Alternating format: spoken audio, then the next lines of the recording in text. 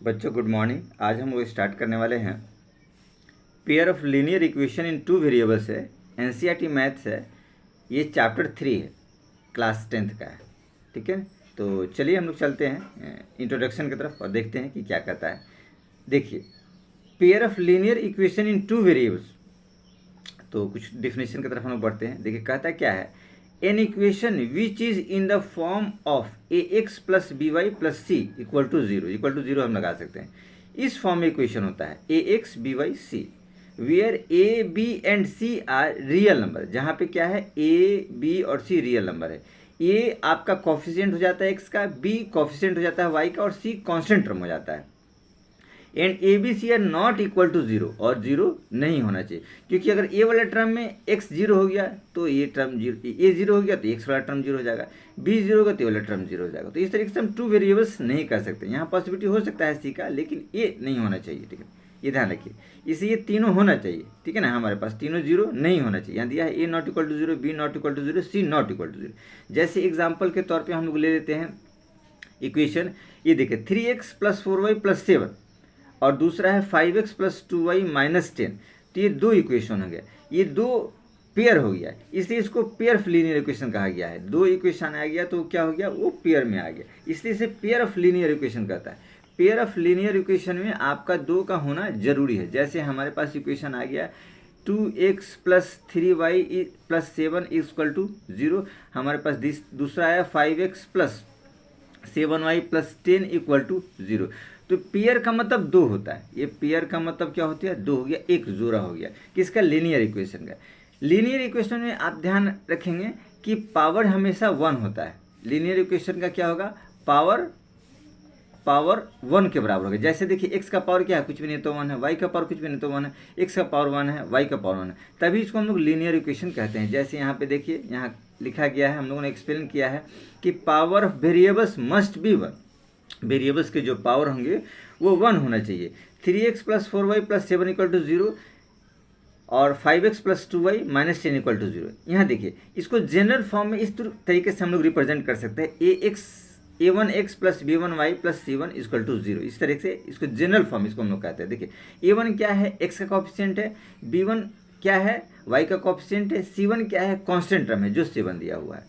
उसी तरह से अगर दूसरे इक्वेशन की बारी हम लोग लेते हैं a2x plus b2y plus c2। देखिए a2 क्या है, 5 है जो x का कॉफिशिएंट है, b2 क्या है, y का कॉफिशिएंट है 2 है, और c2 क्या है, 10 है जो कि कांस्टेंट टर्म है। तो इस तरीके से हम लोगों ने आसानी से देखा इसके जनरल फॉर्म के बारे में।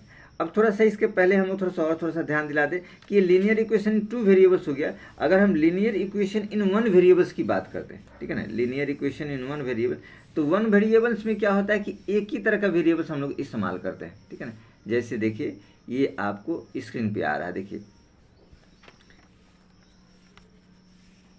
ये आपको रहा, ठीक है ना। देखिए इसमें आपको आसानी से लिखा हुआ है pair of linear equation in one variables which is represent in the form of A X plus B equal to 0 where A and B two real numbers where A not equal to 0। यहाँ भी वही condition है, ए क्या है, x का coefficient है और be constant term है। इसको ऐसे भी लिख सकते हैं 3x प्लस 4y, यहाँ देखिए 3x plus 4y equal to 0 और 5x प्लस 7 इक्वल टू 0। ठीक है ना, ये क्या हो गया, आपको लीनियर इक्वेशन तो रहा, ठीक है ना, बट क्या है, वन वेरिएबल्स का है, क्योंकि एक तरह का वेरिएबल से इस्तेमाल किया गया एक्स, इसमें भी एक तरह का वेरिएबल से इस्तेमाल किया गया है एक्स। ठीक है, और पेयर का मतलब दोनों इक्वेशन को साथ में। ठीक है, अब वहीं हम लोग बात करें 5x plus 3y plus 10 equal to 0, तो linear equation in two variable हो जाएगा, क्योंकि यहाँ दो तरह का वेरिएबल्स को हम लोगों ने इस्तेमाल किया है, इसलिए हम लोग इसको क्या कहेंगे, linear equation in two variables.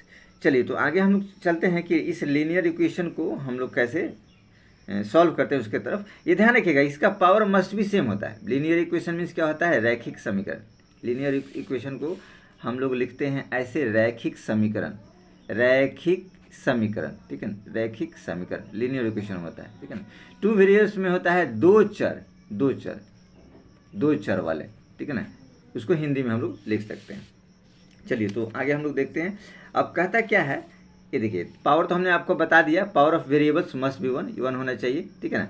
और ये तो फॉर्मेट आपको बताया a1x plus b1y plus c1 equal to 0 और 5x 2y माइनस 10 है तो a2x plus b2y plus c2, ठीक है ना। ये हमने आपको बताया क्योंकि ये जनरल फॉर्म होता है रिप्रेजेंट करने का, किसका, linear equation in two variables का। लीनियर इक्वेशन टू वेरिएबल को इस फॉर्म में हम लोगों ने क्या करते हैं, रिप्रेजेंट करते हैं।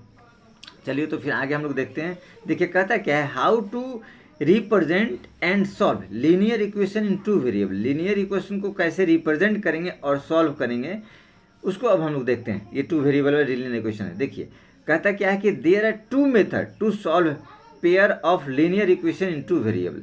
दो मेथड से हम क्या कर सकते हैं, दो मेथड से। देखिए लिखा है there are two method to solve pair of linear equation in two variables. पहला है ग्राफिकल और ज्योमेट्रिकल, इसको कहते हैं। ग्राफिकली को ज्योमेट्रिकल भी कहते हैं। देखिए हिंदी में हमने लिखा है ग्राफीय और ज्यामितीय। और दूसरा है एल्जेब्रिकली, ठीक है ना। दूसरा क्या है, एल्जेब्रिकली, जिसको बीजगणितीय भी कहते हैं, ठीक है। तो ये दो तरीके से हम लोग उसको रिप्रेजेंट करते हैं। प्लस इसके पहले हम लोग थोड़ा ये जानेंगे कि अगर ये दो लाइन होती है तो कैसी होती टू लाइन्स के बारे में थोड़ा सा हम लोग डिस्कस करते हैं, फिर आगे हम लोग डिस्कस करेंगे। देखिए तो पहले हम लोग जानते हैं condition of two line in a plane. दो लाइन में कंडीशन क्या होती है, दो लाइन का कंडीशन क्या होता है किसी प्लेन पे अगर ड्रॉ किया जाता है। तो देखिए इसके निम्नलिखित कंडीशन होते हैं। कंडीशन देखिए, two lines will intersect at one point. दो लाइन देखिए या तो इंटरसेक्ट करेगा एक पॉइंट पे। देखिए ये पॉइंट पे इंटरसेक्ट किया है, यहाँ जो कटिंग कर रहा है, इसलिए इसको कहेंगे दे इंटरसेक्ट्स वन पॉइंट। ये पहला कंडीशन हो गया। दूसरा कंडीशन है कि two line will not intersect. अगर दो line not intersect, not intersect का मतलब होता है कि वो तो पैरेलल होगा। देखिए नॉट इंटरसेक्ट मतलब वो पैरेलल जा रहा है। ये दूसरा कंडीशन हो गया दो लाइन के बारे में। तो दे आर पैरेलल लिख सकते हैं, यानी समानांतर कर सकते हैं। इंटरसेक्ट मीन्स प्रतिच्छेदी भी कहते हैं हिंदी में, और इसको कहते हैं समानांतर रेखाएं कर सकते हैं। तीसरा पॉइंट जो आता है वो आपको आता है the two lines are coincident, ठीक है। कोइंसिडेंट का मतलब होता है कि एक लाइन दूसरे के ऊपर हो, मतलब कि बराबर हो, ठीक है ना। देयर कोइंसिडेंट, इसको हिंदी में हम लोग संपाती कहते हैं, ठीक है। दोनों लाइन बराबर हो, दोनों इक्वेशन बराबर होंगे तो ऑटोमेटिक दोनों लाइन बराबर होंगे। जैसे मान लीजिए कि हमने आपको इक्वेशन ले लिया 2x प्लस 3y प्लस 7, दूसरा इक्वेशन ले लिया 4x प्लस 6y प्लस 14, ठीक है ना।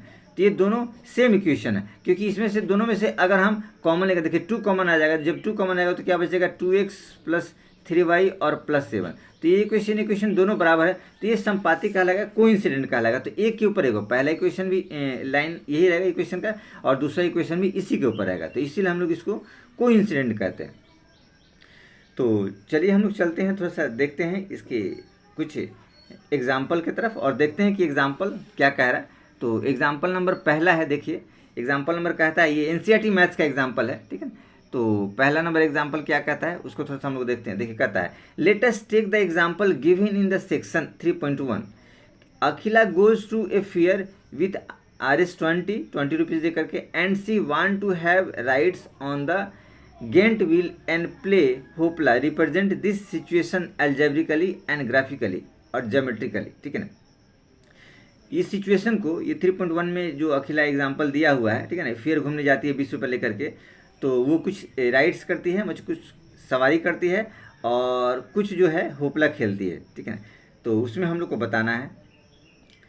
तो देखिए इसमें आपको दे रखा है कंडीशन है, कंडीशन कुछ इस प्रकार से आपको दिया हुआ है जो आप समझ सकते हैं, ठीक है ना। एग्जाम्पल में आपको एनसीईआरटी बुक में, ठीक है।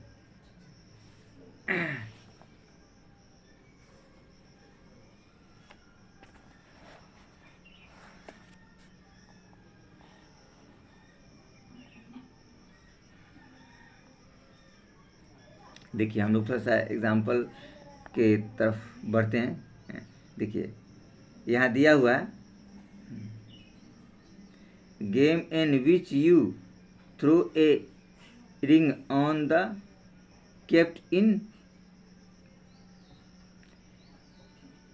ये आपको दिया हुआ है, your ring covers an object completely, you get it, the number of times which is played hoopla is half, to the number of rides, ठीक है ना, नंबर ऑफ राइड से हाफ है, उसका कंडीशन दिया हुआ है। And she had on the giant wheel, वही जो खेलती है। If each rides cost 3 and one game of होपला cost 4, उसका कॉस्ट है 4, होपला का कॉस्ट है जो वो फेंकती है, ठीक है ना। ये पिक्चर में आपको दिखलाया गया है, देखिए ये होपला फेंक रही है, तो ये रिंग होता है, होपला जो होता है, तो होपला गेम में ये रिंग जिस ऑब्जेक्ट में फंस जाएगा तो ये फंसने के बाद इनको ऑब्जेक्ट मिल जाएगा, ठीक है ना, उसी कंडीशन में दिया हुआ है। तो देखिए हम पहले इसमें लेट कर लेंगे, ठीक है ना। अखिला जो है वो देखती है आपको राइड्स करती है और क्या करती है, होपला खेलती है, ठीक है ना, सवारी करती है और होपला खेलती है, और रिंग वाला जो गेम होता है, ठीक है। तो कंडीशन दिया है number of Riders Akhila had x, हमने मान लेंगे कि नंबर ऑफ राइडर्स कितना करती है, एक्स करती है, और number of times she played hoopla, hoopla कितनी बार खेलती है, वो वाई बार। लेकिन यहाँ कंडीशंस दिया हुआ है कि ये जो होपला खेलती है, ठीक है ना, वो हाफ टाइम्स होता है नंबर ऑफ राइड्स का, इसलिए ये इक्वेशन आपको बना है अकॉर्डिंग टू क्वेश्चन में y बराबर 1/2x, ये इक्वेशन आपको बनता है। तो जब क्रॉस मल्टीप्लाई करेंगे तो क्या आ जाएगा आपको, देखिए यहाँ पे x बराबर 2y आ जाएगा, ये क्रॉस मल्टीप्लाई, यहाँ कुछ नहीं तो 1 हो जाएगा, तो x इंटू 1 x हो जाएगा और ये 2y हो जाएगा इस तरीके से। और ये कंडीशन उसके पास कॉस्ट है, टोटल कॉस्ट है, क्योंकि वो बताता है कि 3 जो होता है राइडर्स के कॉस्ट है, राइड्स के कॉस्ट के x है, तो इसका कॉस्ट 3 था, 3 इंटू x हो जाएगा। और ये होपला जो खेलती है, प्लेड होपला जो खेलती है, वो नंबर ऑफ वाई बार होपला खेलती है और उसका कॉस्ट है 4 रुपीज़, ठीक है ना, एक बार खेलने का ये 4 रुपीज़ है। तो 3x + 4y = 20, ये आपको इक्वेशन सॉर्ट आउट हो गया, ठीक है। अब इस इक्वेशन को हम लोग सॉर्ट आउट करेंगे तो आपको परफेक्टनेस पता चलेगा कि ये इक्वेशंस क्या कहता है, ठीक। तो इस इक्वेशन को हम लोग सॉर्ट आउट करते हैं और देखते हैं, ठीक है। ये देखिए इक्वेशंस हम लोग अगर इसको सॉर्ट आउट करेंगे तो इस हिसाब से आएगा। इस इक्वेशन को हम लोग सॉर्ट आउट थोड़ा सा करते हैं, देखिए इसके लिए हम लोगों ने तैयार किया टेबल। ये देखिए पहला इक्वेशन, ये आपका हो जाएगा पहला और ये आपका हो जाएगा दूसरा, ये 2 इक्वेशन हमारे पास आ गए, ठीक है। तो हम लोग फर्स्ट इक्वेशन की बात करते हैं फर्स्ट से, ठीक है ना। फर्स्ट इक्वेशन क्या है, x बराबर 2y। अगर y बराबर 1 लेट करते हैं, हम इसमें कुछ वैल्यूज़ को लेंगे जो वैल्यूज़ हमको ये बताएगा, ठीक है ना, कि हमारे पास इसका रिजल्ट क्या आ रहा है, ठीक है ना, उसके हिसाब से, ठीक है। अब देखिए इनके वैल्यूज़ हम लोग लेते हैं। अगर y अगर हम लोग 0 लेते हैं, देखिए लेट y = 0, तो आपको x क्या निकलेगा, 2 × 0 = 0, y 0 x 0, ठीक है ना। ये देखिए एक कंडीशन, इसका एक हमने टेबल पहले से तैयार कर रखा है आपको समझने के लिए। ये देखिए x 0 आया जब y हमने 0 लेट किया, तो ठीक है ना। ये इक्वेशन आपको यहाँ से बना रखा है, y बराबर ½ यहाँ देखिए यहाँ से बना रखा है, ठीक है। लेकिन हमने चूंकि ये वाला इक्वेशन लिया है तो यहाँ भी हम पुट कर सकते हैं, एज इट इज़ किसी में पुट कर सकते हैं, इसमें किसी में आप मान पुट कर सकते हैं, ठीक है ना।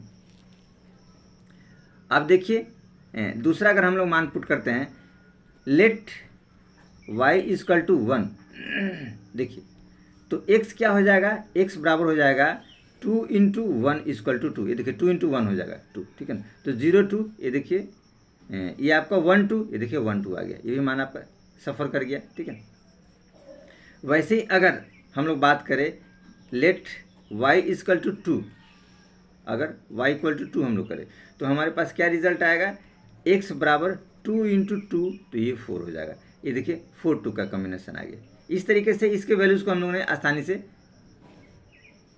फाइंड आउट कर लिया। अब चलते हैं इसके सेकंड इक्वेशन की तरफ, ठीक है ना। इसके सेकंड इक्वेशन देखिए, सेकंड इक्वेशन ही कहता 3x + 4y = 20, ठीक है। इस इक्वेशन की तरफ बढ़ते हैं और ये इक्वेशन देखते हैं, ये इक्वेशन क्या करे, देखिए 3x + 4y रहा, ठीक है ना। तो 3x + 4y की तरफ हम लोग बढ़ते हैं। देखिए तो इसको इक्वेशन को पहले आप लिखिए 3x + 4y = 20, ये इक्वेशन रहा, ठीक है। अब इसमें से भी हमको मान फाइंड आउट करना होता है, ठीक है ना।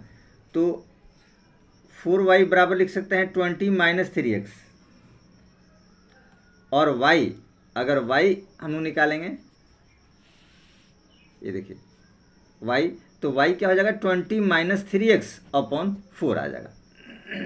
अब x की वैल्यू लेते जाएंगे और हम लोग मान पुट करते जाएंगे। देखिए लेट x बराबर अगर हमने 0 लिया, ठीक है ना, x बराबर हमने 0 लिया, तो देखिए y बराबर क्या आएगा 20 × 3 × 0 और +4, ठीक है। तो ये हमारे पास रिजल्ट आया 20, ये तो टर्म पूरे 0 हो जाएगा, तो 20 लिखेंगे और 4, तो 4 5 जा 20। तो हमारे पास रिजल्ट क्या आया, ठीक है ना, देख सकते हैं x 0 होगा तो y निकलेगा 5, ये पहला रिजल्ट आएगा, ठीक है ना। उसी हिसाब से एक और हम वैल्यू लेते हैं, ठीक है ना। अगर x बराबर, हमने इसमें x क्या लिया था 0 लिया था, x बराबर अगर 4 हम लेते हैं तो y बराबर क्या आएगा, देखिए यहाँ 23 × 4 और अपॉन 4, तो क्या रिजल्ट आएगा 20 - 4 × 12/4, 20 में से 12 जाएगा तो क्या बचेगा 8 4, तो 4 दूनी 8, क्या रिजल्ट आया 2 आया। इस हिसाब से x बराबर 4 तो y आपका 2 निकला, ठीक है। इस हिसाब से हमने देखे ये टेबल इसका तैयार किया है। देखिए 2 इक्वेशन के 2 टेबल इससे तैयार हो गए, ठीक है ना। 0 लिया तो 5 आया, और अगर 2 लिया तो ये देखिए 4 लिया तो 2 आया, ये जो हमने अभी सॉल्व किया, ठीक है। तो इन दोनों के मार्फत से अब हम लोग को क्या करना है, ग्राफ खींचना है। इन दोनों के मार्फत से हम लोग ग्राफ खींच के देखते हैं और देखते हैं कि ग्राफ में क्या रिजल्ट आता है, ठीक है। तो इस तरीके से हम लोगों ने इसको आसानी से ये सॉर्ट आउट कर लिया, ठीक है ना। अब इनके ग्राफ की तरफ हम लोग चलते हैं, इसका ग्राफ क्या कहता है। तो चलिए देखिए, ग्राफ में हम लोग प्लॉट करते हैं नंबर 1 पे और देखते हैं कि ग्राफ का कंडीशन क्या होता है। तो ग्राफ आपका कुछ ऐसा बनेगा, आप लोग सावधानी से देखिएगा। ये देखिए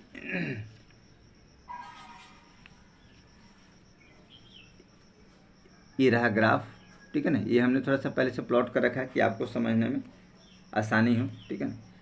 और ये पॉइंट्स रहे हमारे, ठीक है। तो पहले इन पॉइंट्स को हम लोग समझते हैं, फिर ग्राफ में हम लोग डिस्कस करें।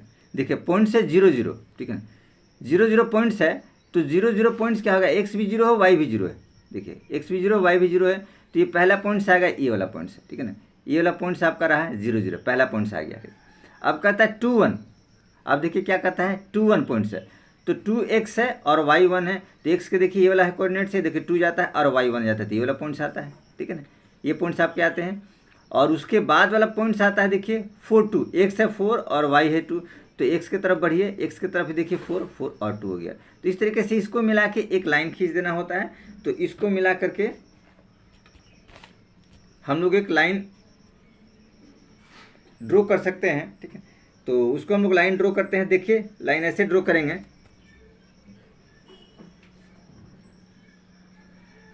इसमें लाइन में हम लोग देखते हैं कि इस लाइन का सिचुएशन कंडीशन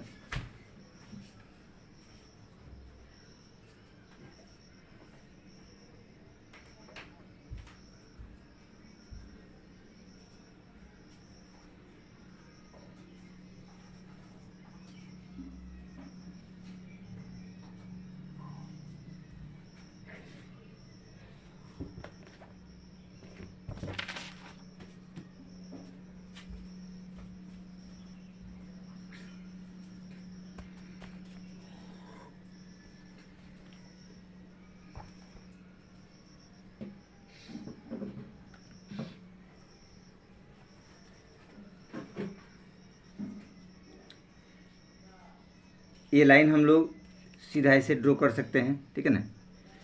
ये लाइन को हम सीधा ऐसे ड्रॉ आप कर सकते हैं। इन तीनों लाइन को मैच कीजिए और सावधानी से इसको आपको ड्रॉ कर देना है ताकि कोई प्रॉब्लम ना हो।